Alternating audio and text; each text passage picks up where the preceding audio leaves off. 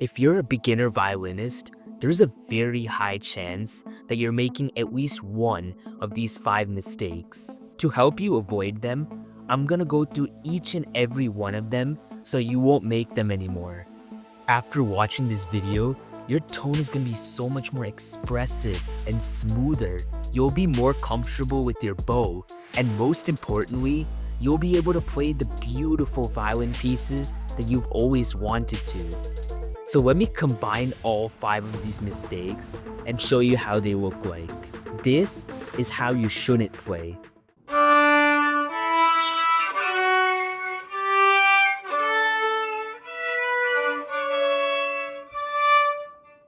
Whether you're a beginner or a pro, there's a really high chance that you're making at least one of these mistakes, and especially the 5th one, as most people can't really spot it.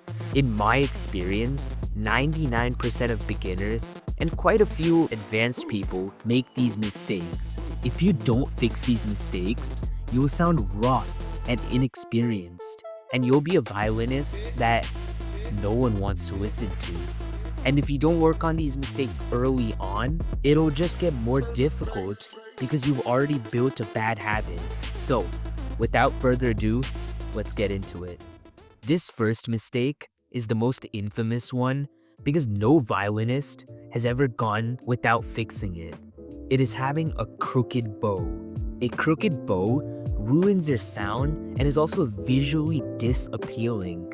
So, in order to fix this, you have to implement a principle called crescent bows. Instead of moving your bow completely parallel to the strings, we're gonna move it in a curved direction. As you go closer to the frog, you want to turn your wrist so that it comes closer to your body, hence turning the bow. When you're going to the tip of the bow, extend your arm outward, which tilts the top of the bow. It should look like this.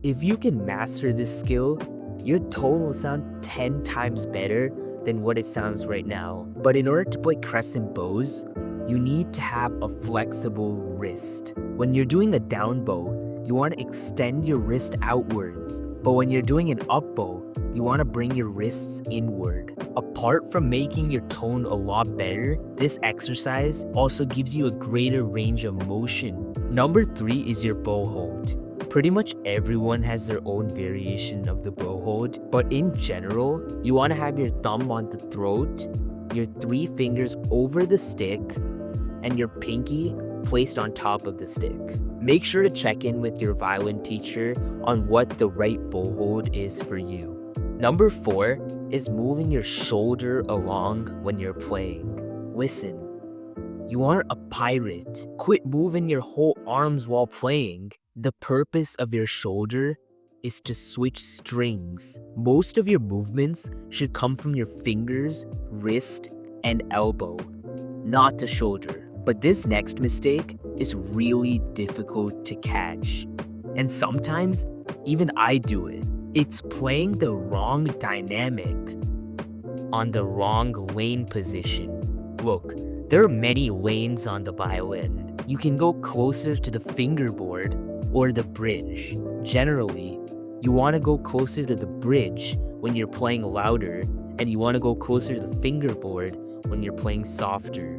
But if you play forte near the fingerboard, it's gonna sound really bad, and the opposite is true as well. So make sure to play in the right lane position. If you can fix these 5 bowing mistakes, you will sound so much better. Your tone will sound soothing and pleasing to the ear. But you will never reach a pro-level sound if you cannot master vibrato. So click and watch this video over here to learn how to play beautiful vibrato that will stun everyone.